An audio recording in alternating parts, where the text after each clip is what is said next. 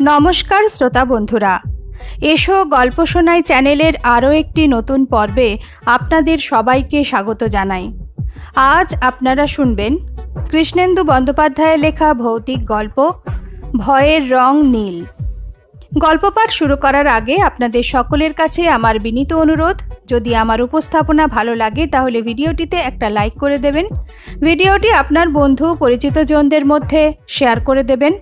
এছাড়াও যদি আপনি প্রথমবার এই চ্যানেলে এসে থাকেন এবং এখনও চ্যানেলটি সাবস্ক্রাইব না করে থাকেন তাহলে অনুগ্রহ করে চ্যানেলটি সাবস্ক্রাইব করে আমার পাশে থাকুন। আপনাদের ভালোবাসা ও সহযোগিতা আমার একান্ত কাম্য। শুরু করছি ভৌতিক গল্প ভয়ের রং নীল। গেট দিয়ে ঢুকেই নুড়ি বিছানো রাস্তা, ডান দিকে রিসেপশনের কাঁচের দরজা। ভেতর থেকে ভেসে আসছে গানের আওয়াজ, তার সুরে আর ছন্দে এমনই মাদকতা, এমনই প্রাণের উচ্ছ্বাস যে শুনলেই নেচে উঠতে ইচ্ছে করে। যৌবনের উন্মাদনা মিশে আছে সে গানের পরতে পরতে। গানের তালে শরীর দোলাতে দোলাতে কল্যাণ বলল, বাহ, অসাম, এ তো দারুণ ব্যাপার রে রোশনি, কি বলিস? রোশনির দিকে তাকিয়ে ভুরু নাচাই কল্যাণ। রোশনি চারদিকটা মাপতে মাপতে সায় দেয়, তাই তো দেখছি, সাহানির টেস্ট আছে বলতে হবে। ঠিক তখনই দু হাতে দুটো সুটকেস নিয়ে পেছনের পার্কিংয়ের গেটটা ঠেলে ঢুকলো সাহানি। শেষ কথাটা ওর কানে গেছে। হাসতে হাসতে হিন্দিতে বলে, আরে ভাই দাঁড়াও, সবটা তো দেখো আগে। এই বলে সুটকেস দুটো নামিয়ে রেখে দরজা ঠেলে রিসেপশনে ঢোকে। ওদেরও ইঙ্গিত করে ঢুকতে। ওরা দুজন সাহানির পেছন পেছন ভেতরে ঢোকে। রোহন আর পুনম আগেই এসে একটা সোফায় বসে পড়েছিল। ওরা তার পাশের সোফাটায় গিয়ে বসে, আর সাহানি পকেট থেকে আইডিগুলো বার করে এগিয়ে যায় কাউন্টারের সামনে। বুকিং তো আগেই ফোনে করা ছিল, এখন অফিসিয়াল বুকিংটা করে ফেলতে হবে। ওরা সবাই একই অফিসে চাকরি করে, বেঙ্গালুরুর কোরামঙ্গলাতে একটা আইটি কোম্পানিতে। থাকেও অফিসেরই কাছাকাছি দুটো অ্যাপার্টমেন্ট ভাড়া করে। সারা সপ্তাহ অফিসের কাজের পর উইকেন্ডগুলোতে কখনো পার্টি থাকে, আবার কখনো কোথাও বেড়াতে যায় একসঙ্গে। এবার সোম মঙ্গল দুদিন ছুটি পড়ে যাওয়ায় 4 দিনের জন্য গোয়া ট্রিপের এই প্রোগ্রামটা হঠাৎই ওরা ঠিক করে ফেলে মাত্র 4 দিন আগে। আসলে হলো কি, সেদিন কথায় কথায় যখন এবারের উইকেন্ডে বেড়াতে যাবার কথা উঠল, তখন পুনমই প্রথম গোয়ায় আসার কথা বলে। অক্টোবর শেষ হয়ে নভেম্বর পড়ছে, বাতাসে ঠান্ডার আমেজ। এই সময়টাতেই গোয়াতে সিজন শুরু হয়। সমস্ত বিচের ধারে ধারে কাঠের শ্যাক, মানে সাময়িক আস্তানাগুলো নতুন করে তৈরি হয় মাস 6 জন্য। ট্যুরিস্টদের ভিড়ও থাকে কম, কাজেই খুব ভালোভাবেই ঘুরে আসা যাবে। তাই এক বাক্যেই সবাই রাজি হয়ে যায় পুনমের কথাতে। আর ঠিক তখনই সাহানির কাছে শোনা গেল এই রিসর্টটার কথা। সাহানি এর আগে বারদই ঘুরে গেছে গোয়াতে। শেষবার ও এসেছিল ফ্যামিলি নিয়ে, আর তখন ওরা নাকি এসে এই রিসর্টেই উঠেছিল। সেবারের সেই ভালো লাগা এখনও ওকে আচ্ছন্ন করে আছে। সুতরাং মূলত সাহানির কথাতেই ওরা ঠিক করে নেয় যে এই রিসর্টেই ওরা উঠবে। সেই মতো ফোনে বুকিং টুকিং যা করবার তা সাহানি করে ফেলে, আর যাতায়াতের জন্য একটা বড় গাড়িও ওরা বুক করে ফেলে। বেঙ্গালুরু থেকে গোয়া তো খুব বেশি সময় লাগে না, বাই রোড 10-12 ঘন্টাতেই চলে আসা যায়। তা সেই সব করে ফেলে ওরা আজ ভোর 6টায় রওনা হয়ে বিকেল 5টার মধ্যেই এসে পৌঁছে গেছে গোয়ার ক্যান্ডোলম বিচের এই রিসর্টে। আর আসার পর রিসর্টে ঢুকে চারপাশের পরিবেশ দেখেই ওরা মুগ্ধ হয়ে গেছে। সাহানি যে একটুও বাড়িয়ে বলেনি সেটা ভালোভাবেই বোঝা যাচ্ছে। বিশাল জায়গা নিয়ে রিসর্ট, চারদিকে গাছপালা দিয়ে ঘেরা, তার মধ্যে এঁকে বেঁকে রাস্তা চলে গেছে। রাস্তার পাশে দূরে দূরে একটা করে বাংলো প্যাটার্নের দোতলা বিল্ডিং, চমৎকারভাবে সাজানো। রিসর্টের পিছন দিকে একটু হাঁটলেই সমুদ্র সৈকত, আর রিসর্টের ভেতর সুইমিং পুল, রেস্তোরাঁ, কফি কর্নার, কি নেই! আধুনিক বিলাস ব্যবস্থার সব কিছুই থরে থরে সাজানো। কিছুক্ষণের মধ্যেই শৈশাবুদের পালা চুকল। চাবি হাতে নিয়ে একটা বেয়ারা চলল ওদের ঘর দেখিয়ে দিতে। পেছন পেছন যে যার লাগেজ নিয়ে ওরা এগোলো। এখানে প্রত্যেক বিল্ডিংয়ের একটা করে নাম আছে, আর সেগুলো এখানকারই এক একটা বিচ বা সৈকতের নামে। যেমন ওদের বাড়িটার নাম হলো ডোনা পাওলা। সেই বাড়িটার দোতলায় মুখোমুখি দুটো রুম ওরা নিয়েছে। বাগানের মাঝখানের পথ ধরে একে বেঁকে বেশ কিছুটা হেঁটে যাবার পর ওরা গিয়ে পড়ল একটা ফাঁকা জায়গায়। সেখানে গিয়েই রোশনির মুখ থেকে স্বতঃস্ফূর্তভাবে বেরিয়ে এলো, বাহ!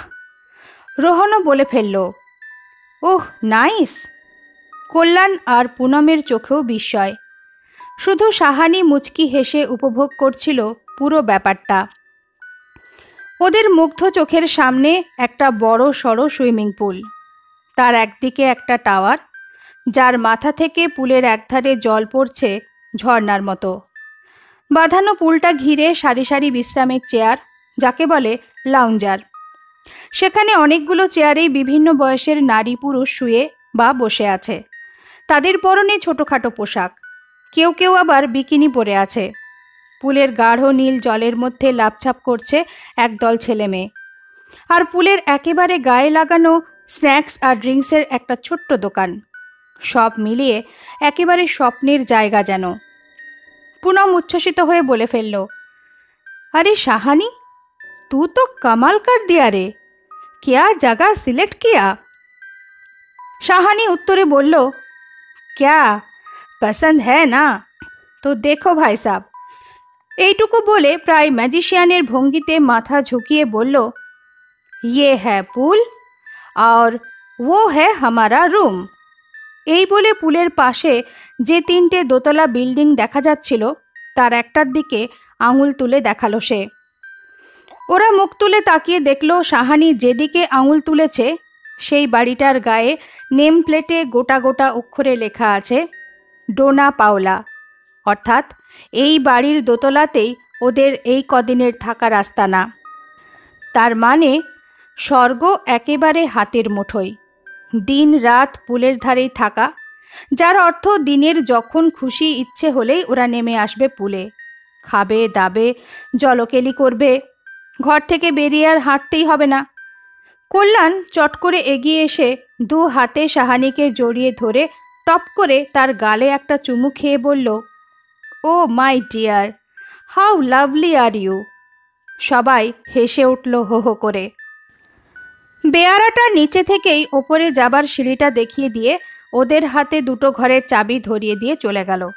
বলে গেল, ঘরে সব কিছুই গোছানো আছে, ওরা ভেতরে যাক, দেখে টেখে নিক।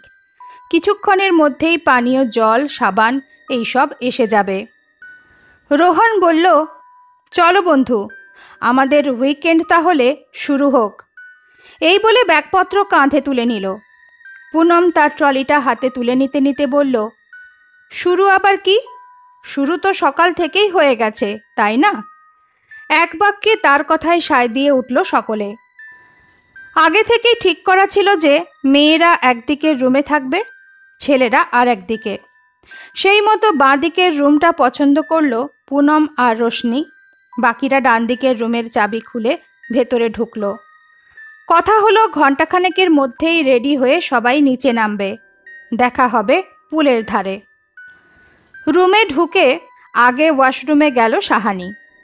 কল্যাণ আর রোহন যে যার সুটকেস খুলে নিজেদের জিনিসপত্র গুছিয়ে রাখতে লাগলো। এমন সময় দরজায় নক করল কেউ।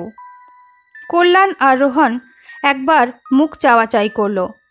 তারপর রোহন বলল, কাম ইন। ঘরে ঢুকলো সেই বেয়ারাটি। তার হাতে তিনটে জলের বোতল তিনজনের জন্য। সেগুলো কোণের টেবিলটায় রাখল। তারপর পকেট থেকে তিনটে সাবান বার করে ওয়াশরুমের দিকে ঘুরল। রোহন বলল, ওয়াশরুমে লোক আছে। অগত্যা সাবান তিনটে সেই টেবিলেই রেখে বেয়ারাটি একবার ঘরের চারদিকে চোখ বুলিয়ে নিল। তারপর বলল, সাব, और कुछ जरूरत होगा तो तुरंत बोलिएगा। देखिए उधर कॉलिंग बेल है বলে টিভি টেবিলের পাশের দেওয়ালের দিকে ইঙ্গিত করলো। সেখানে সুইচ বোর্ডে অন্য কয়েকটা সুইচের সঙ্গে ঘন্টা আঁকা একটা সুইচও রয়েছে। ওরা দুজন মাথা হেলালো। এবার নিশ্চিন্ত হয়ে বেয়ারাটা বেরিয়ে যাচ্ছিল, হঠাৎ দরজার সামনে গিয়ে থেমে গেল। ঘুরে দাঁড়িয়ে বলল, हाँ साहब, सिर्फ एक बात। কল্যাণ আর রোহন জিজ্ঞাসু চোখে তার দিকে তাকাতে বেয়ারাটি গম্ভীর গলায় বলল, जिधर भी जाइए, जो खुश है खाना पीना मस्ती कीजिए, लेकिन रात 9 बजे के बाद पुल में मत घुसिए। কল্যাণ বলল, সে আবার কি? রাত 9টার পর পুলে নামা বন্ধ? ইয়ার কি পেয়েছো নাকি? কোথাও তো এরকম শুনিনি। বেয়ারা বলল, नहीं साहब, हमारा इधर यही चलता है, नहीं तो बहुत मुश्किल होगा, होशियार साहब। কথাটা বলেই আর এক মুহূর্ত দাঁড়ালো না, দরজা টেনে দিয়ে চলে গেল বেয়ারাটি। কল্যাণ সঙ্গে সঙ্গে যেন ফেটে পড়ল। মায়েরই আর কি, পয়সা খরচা করে রিসর্টে এসেছি, মাল খাবো, ফুর্তি করব, আমার যখন ইচ্ছে পুলে নামবো, ওরা বলার কে? আবার হুঁশিয়ারি দিচ্ছে, আস্পর্ধাটা একবার দেখ। রোহন একটা হাত তুলে বলল, কুল কুল মাই ফ্রেন্ড, একটা বেয়ারা যা খুশি বললেই তো আর হলো না। দাঁড়া না, এই তো সবে এলাম, একটু দেখে শুনে নি, তারপর সব হবে। ওর কথায় কল্যাণ আপাতত চুপ করে যায়, কিন্তু মনে মনে ফুঁসতে থাকে। একটা বেয়ারার স্পর্ধা ওর মাথা গরম করে দিয়েছে, সেই সঙ্গে জেদটাও আরও বাড়িয়ে দিয়েছে। ও মনে মনে ঠিক করে নেয়, আজই রাত 10টার পর ও পুলে নামবেই, কেউ রুখতে পারবে না। সন্ধে 6:30 নাগাদ ছেলের দল একসঙ্গে নেমে এলো নিচে। সুন্দর হাওয়া দিচ্ছে, পুলের নীল জলে ছোট্ট ছোট্ট ঢেউ। স্ন্যাক্স বার থেকে চিকেন ললিপপ আর একটা ইম্পোর্টেড বোতল নিয়ে ওরা বসলো একটা টেবিল ঘিরে। একজন বেয়ারা এসে গ্লাস আর জল সার্ভ করে গেল। তখনও মেয়েরা নামেনি। ওরা ছোট্ট ছোট্ট কথায় সময় কাটাতে লাগলো। এক সময় কল্যাণের হঠাৎ চোখে পড়ল, একটু দূরেই একটা লাউঞ্জারে গা এলিয়ে বসে আছে একটা লোক। গ্লাসের ড্রিঙ্কে ছোট্ট ছোট্ট সিপ করতে করতে ওদের দিকেই তাকিয়ে আছে। লোকটার বেশ লম্বা চওড়া চেহারা, অনেকটা বিদেশিদের মতো দেখতে। খালি গায়ে একটা শর্টস পরে বসে আছে, সারা গায়ে লোমের আধিক্য। কল্যাণের সঙ্গে চোখাচোখি হওয়া মাত্র লোকটা হাতের ইশারায় ওকে ডাকল। কল্যাণ কৌতূহল এড়াতে না পেরে টেবিল থেকে উঠে এগিয়ে গেল লোকটার কাছাকাছি। কাছে যেতেই লোকটা মৃদু হেসে ইংরেজিতে জিজ্ঞেস করল, আজই আসা হলো? উত্তর দিতে গিয়ে এক মুহূর্তের জন্য অবাক হয়ে গেল কল্যাণ। লোকটার চোখ দুটো নীল, একদম নীল। তার মানে ও ঠিকই ভেবেছিল লোকটা বিদেশিই বটে। দু এক কথায় আলাপ পরিচয় সারা হয়ে গেল। ভদ্রলোক আদতে গোয়ারই বাসিন্দা, তবে খোদ পর্তুগিজ রক্ত নাকি গায়ে আছে। আলাপ হলো, কথাবার্তাও হলো কিছুক্ষণ। ফিরে আসার সময় ভদ্রলোক শুধু একটা অদ্ভুত কথা বললেন। গলা নামিয়ে ফিসফিস করে উনি বললেন, আপনার সঙ্গে কথা বলে বেশ ভালো লাগলো, তাই আপনাকে একটা কথা বলি। তবে হ্যাঁ, শুধু আপনাকেই বলছি, আজ রাত 10টার পর যদি পুলে আসেন তাহলে একটা অদ্ভুত জিনিস আপনাকে দেখাতে পারি। তবে কথা দিতে হবে সে ব্যাপারে কাউকে কিছু বলা চলবে না, কারণ সেটা এক রাত্রে কেবল একজনই দেখতে পারে। কি জিনিস? কিসের কথা বলছেন আপনি? কল্যাণের কৌতূহল উদগ্র হয়ে উঠল। না মশাই, সেটা আগে থাকতে বলা যাবে না। আগে আসুন না, এই তো কয়েক ঘন্টার ব্যাপার। কল্যাণের কৌতূহল আরও বেড়ে গেল। এমনিতেই সে রাতের বেলা পুলে আসার প্ল্যান করে ফেলেছিল, আর এবার তো আসতেই হবে। সে মাথা নেড়ে সাই দিয়ে বন্ধুদের কাছে ফিরে এলো। তবে পুরোটা চাপতে পারল না। সাহেবের কথাগুলো সে বলেই ফেলল ওদের। এমন সময় রোশনি আর পুনমকে সিঁড়ি দিয়ে নেমে আসতে দেখা গেল। কিন্তু এ কি, এই ভর সন্ধেবেলাতে ওরা টুপিস পরেছে। তার মানে ওরা কি জলে নামবে নাকি? কাছে এসে ওদের টেবিলের সামনে দাঁড়াতে সেটাই জানতে চাইল রোহন। কি ব্যাপার রে, তোরা কি এখনই পুলে নামবি? দুজনে খিলখিল করে হেসে উঠল। পুনম দুহাত ছড়িয়ে বলল, আবে দোস্ত, ये शाम मस्तानी और ये हसीन पूल, यही है टाइम, हो जा मस्ती में फूल। তোরা কি নামবি না নামবি না, নইলে আমরা চললাম। কল্যাণ তড়াক করে লাফিয়ে উঠে বলল, নামবো না মানে? রোহন, সাহানি, চল ড্রেস চেঞ্জ করে আসি। সাহানিও তখন উঠে দাঁড়ালো, কিন্তু রোহন বলল, না, আমি আজ আর নামছি না, একটু রেস্ট নিই বরং। তোরা নাম, আমি ফটো তুলি। তারপর চারজন ছেলেমেয়ের দল পুলের জল তোলপাড় করতে লাগলো। কখনো জলে সাঁতার কাটছে, কখনো উঠে এসে একটু রেস্ট নিয়েই আবার ঝাঁপিয়ে পড়ছে জলে। সেই সঙ্গে চলছে মদ্যপান আর মস্তি। ধীরে ধীরে বিকেলের আলো কমতে লাগলো, নেমে আসতে লাগলো সন্ধ্যের অন্ধকার। অন্য যারা পুলের জলে ছিল তারা একে একে উঠে পড়তে লাগলো জল ছেড়ে। শুধু ওদের কোনো ক্লান্তি নেই। অবশেষে রাত প্রায় 8টা নাগাদ ওরা হাঁপিয়ে পড়ল। খিদেও পাচ্ছে জব্বর। সেই সঙ্গে কোন ভোরে উঠে সারাদিন ধরে ধকল গেছে, তাই একে একে পুল ছেড়ে উঠে পড়ল ওরা। রোহন কিছুক্ষণ আগেই ঘরে চলে গেছে। ওরাও একে একে ডোনা পাওলার সিঁড়ির দিকে পা বাড়ালো। সকলের শেষে কল্যাণ। তবে তার মনের মধ্যে একটা অতৃপ্তি। এতক্ষণ ধরে পুলে থেকেও তার শান্তি হয়নি। রাত্রে আবার তাকে আসতে হবে এখানে। 9:30টার মধ্যেই ডিনার শেষ করে নিল ওরা। পুনম আর রোশনি চলে গেল তাদের ঘরে, আর ওরা আরেক প্রস্থ ড্রিঙ্ক নিয়ে বসল। তার মধ্যেই সাহানি একবার বাড়িতে ফোন করে কথা বলে নিল। রোহন ফেসবুক খুলে ছবি লোড করছিল, আর কল্যাণ এক বুক অস্থিরতা নিয়ে পেগের পর পেগ পান করছিল। ঘরের আলো নেভানো, শুধু মৃদু একটা ড্রিম লাইট জ্বলছে। সেই আলোর মেদুরতা বুকে নিয়ে সাহানি একটু পরেই ঢলে পড়ল একপাশে। তার কিছুক্ষণ পরেই রোহনও কাত মারল। ওর হাত থেকে টপ করে ফোনটা পড়ে গেল বালিশের ওপর। আরও কিছুক্ষণ অপেক্ষা করল কল্যাণ। আর এক প্যাক ড্রিঙ্ক গ্লাসে ঢেলে অল্প জল মেশালো। সেটা এক চুমুকে নিঃশেষ করে ঠক করে গ্লাসটা টেবিলে রেখে উঠে দাঁড়ালো। তারপর বেখাপ্পা পায়ে টলতে টলতে রুমের সদর দরজাটা খুলে বেরিয়ে গেল। সকালবেলা রোহনের ঘুম ভাঙল সবচেয়ে আগে। একটা চেঁচামেচি হচ্ছে। কোথায়? মনে হচ্ছে আশেপাশেই কোথাও। হাতটা তুলে ঘড়ি দেখল 6:30। এত সকাল সকাল উঠে পড়ার কোনো প্রশ্ন নেই। তাকিয়ে দেখল বন্ধুদের দিকে। আরে, সাহানি এখনো ঘুমোচ্ছে, কিন্তু কল্যাণ তো নেই। কোথায় গেল? দরজার দিকে তাকিয়ে দেখল দরজাটা অল্প একটু ফাঁক হয়ে আছে। তার মানে চেঁচামেচি শুনে নিশ্চয়ই বেরিয়ে গেছে। কিন্তু বেটা তো রাত্রিরে প্রচুর মাল টেনেছে, ওদের সবার চেয়ে বেশি। তা সত্ত্বেও এত শিগগির ঘুম ভেঙে গেল? রোহন ঠেলে তুলল সাহানিকে। তারপর দুজনে জামা গায়ে চাপিয়ে বেরোলো। সিঁড়ির মাথা থেকে দেখা গেল পুলের সামনেটায় লোকজনের ভিড়। ট্যুরিস্ট পার্টির লোক থেকে বেয়ারা আর জমাদাররা ভিড় করে ঘিরে রেখেছে পুলে নামার জায়গাটা। কি ব্যাপার হলো? তরতর করে নেমে এলো ওরা। ভিড় ঠেলে ভেতরে ঢুকতেই দুজনের গলা থেকে আর্তস্বর বেরিয়ে এলো। পুলের সিঁড়ির মুখে চিত হয়ে ভাসছে কল্যাণের প্রাণহীন দেহটা।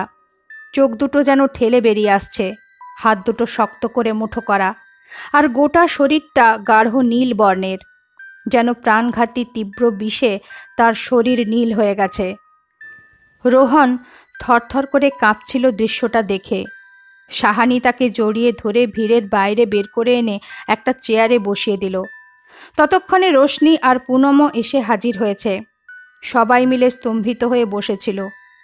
কি হলো? কিভাবে হলো? প্রায় আধ ঘন্টা পরে পুলিশ এসে জল থেকে টেনে তুলল বডিটা। রিসর্টের ম্যানেজার মিস্টার রোহিত তখন কাছেই দাঁড়িয়েছিলেন। থম মারা মুখে ওরাও ছিল সামনেই। একটু পরেই পুলিশ ওদের জিজ্ঞাসাবাদ করবে, জানা কথা। কিন্তু ওদের আমল না দিয়ে মিস্টার রোহিতের দিকে তাকিয়ে অফিসার বললেন, এটা নিয়ে কবার হলো মিস্টার রোহিত? মিস্টার রোহিত উত্তর দিলেন, 4 বার। গম্ভীর মুখে মাথা নেড়ে অফিসার বললেন, আই সি, এবারেও বডি পোস্টমর্টেম করে কিছুই পাওয়া যাবে না মনে হয়। মিস্টার রোহিত সায় দিলেন মাথা নেড়ে। সাহানিরা ওদের কথার অর্থ কিছুই বুঝতে পারছিল না, কিন্তু এ বিষয়ে কোনো প্রশ্ন করার মতো পরিবেশ বা মানসিকতা কিছুই এখন নেই। ওরা জানে অতিরিক্ত মদ খেয়ে পুলে নেমে কল্যাণ আর নিজেকে সামলাতে পারেনি, মারা গেছে। এর মধ্যে পোস্টমর্টেমে কিছু না পাওয়ার অর্থটা কি? তাহলে কি এর পেছনে অন্য কিছু আছে? ঠিক তখনই রোহনের বিদ্যুতের মতো মনে পড়ে গেল সন্ধ্যের সেই সাহেবের কথাটা। সেই সাহেবই তো কল্যাণকে রাত্রে পুলে ডেকেছিলেন। তাহলে কি কল্যাণের মৃত্যুটা স্বাভাবিক নয়? ওর মৃত্যুর পেছনে কি আসলে সেই ভদ্রলোকের হাত আছে? চটপট এগিয়ে গিয়ে রোহন মিস্টার রোহিতকে ডাকল, মিস্টার রোহিত, একবার এদিকে শুনুন। তারপর সংক্ষেপে সন্ধ্যের সেই সাহেবের কথাগুলো বলল, যা ওরা কল্যাণের কাছে শুনেছিল। সব শেষে জিজ্ঞেস করল, ওই পর্তুগিজ সাহেবটাকে? মিস্টার রোহিত সব শুনে গুম হয়ে গেলেন। বললেন, মাই গড, আপনারা সেই সাহেবকে দেখেছেন? হ্যাঁ, দেখেছি তো। আমরা 3 জনেই একসঙ্গে দেখেছিলাম, আর কল্যাণ একা কথা বলেছিল। মিস্টার রোহিত গভীর চোখে কিছুক্ষণ তাকিয়ে রইলেন ওদের মুখের দিকে। তারপর একটা দীর্ঘশ্বাস ফেলে বললেন, ওই সাহেব আসলে কেউ না, অথবা সব কিছুই। আসলে তিনি নেই, আবার না থেকেও আছেন বলা যায়। এক মুহূর্ত থেমে ম্যানেজার বললেন, আজ থেকে প্রায় বছর 15 আগে যখন এই রিসর্ট আর পুল প্রথম তৈরি হয়, তখন ওই পর্তুগিজ সাহেব অত্যধিক মদ খেয়ে রাত্রে পুলে নেমেছিলেন। কেউ জানত না। পরের দিন তার বডিটা ভেসে থাকতে দেখা যায় পুলের জলে। যদিও তারপর থেকে রাত্রে পুলে নামা আমরা নিষিদ্ধ করে দিই, কিন্তু তারপরেও মাঝে মাঝে কেউ কেউ ভুল করে ফেলে। সাহেব এসে দেখা দিয়ে ডেকে নেয় তাদের, আর তারাও নিশির ডাকের মতো সেই ডাকে সাড়া দেয় আর মারা যায়, যেমন আপনাদের বন্ধুটি করেছে। আর মৃত্যুগুলো যে নিছক অ্যাক্সিডেন্ট নয়, আসলে তা সেই সাহেবের কীর্তি, সেটা বোঝা যায় লাশ দেখেই। মারা যাবার পর তাদের গোটা বডি নীল হয়ে যায়, সেই পর্তুগিজ সাহেবের চোখের মতো। শেষ হলো কৃষ্ণেন্দু বন্দ্যোপাধ্যায়ের লেখা ভৌতিক গল্প ভয়ের রং নীল। আজ এই পর্যন্তই। নতুন একটি গল্প সাথে নিয়ে তাড়াতাড়ি ফিরে আসব। সবাই ভালো থাকবেন। নমস্কার।